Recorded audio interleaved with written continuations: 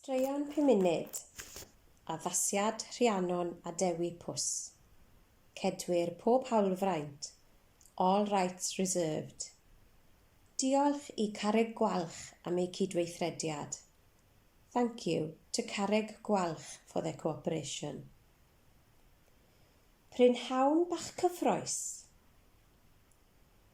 Roedd Cai a Bedwyr yn brysur yn chwilio am bryfed yn y gwrych pan glywson nhw lais yn galw o ganol y mieri. Helpwch fi! Helpwch fi! Edrychodd y ddau ffrind ar ei gilydd. Newch chi fy achub os gwelwch yn dda? Gwichiodd y llais.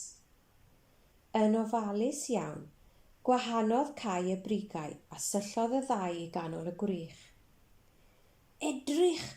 Clown sydd yna, dywedodd Bedwyr, gan bwyntio gyda'i fus. Wrth chwilio am fy nhel, aeth bresus fy nhrowsus yn sownd yn y draen pigog yma, llifodd bwbwr clown.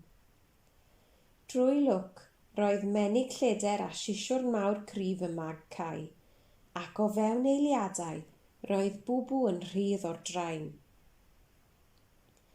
Diolch o galon, fechgyn! Diolch yn fawr, gwynodd bwbw arnyn nhw. Ac i ddangos fy ngwerthfawrogiad, cewch ddod gyda fi yn ôl i'r syrcas. Chi fydd fy ngwesteion arbennig, ac fe gewch chi fynd ar bob reid a chael rhoi cynnig ym mhob stondin am ddim. Ac felly, i ffwrdd ar 3 chyfaill, fraich ymraich, i lawr y llwybr i ganol bwrlwm a sŵn y syrcas. Trwy'r prynhawn by'r bechgyn yn brysur yn marchwgaeth ceffylau'r carosel, gyrru'r ceir bwmpio, taro cneien goco gyda ffeli caled a bwyta llond ei boliau o we siwgr. Cyn hir, roedd hi'n amser te, ac roedd bwbw wedi bod yn brysur yn paratoi gwledd fendigedig. Roedd y bwrdd yn gwegian dan bwysau bisgedi, hufen iam ryliw, ffrwythau, creision a phopcorn, ac yng nghanol y bwrdd roedd cacen siocled fawr, i ddiolch i Cai a Bedwyr am fod mor garedig.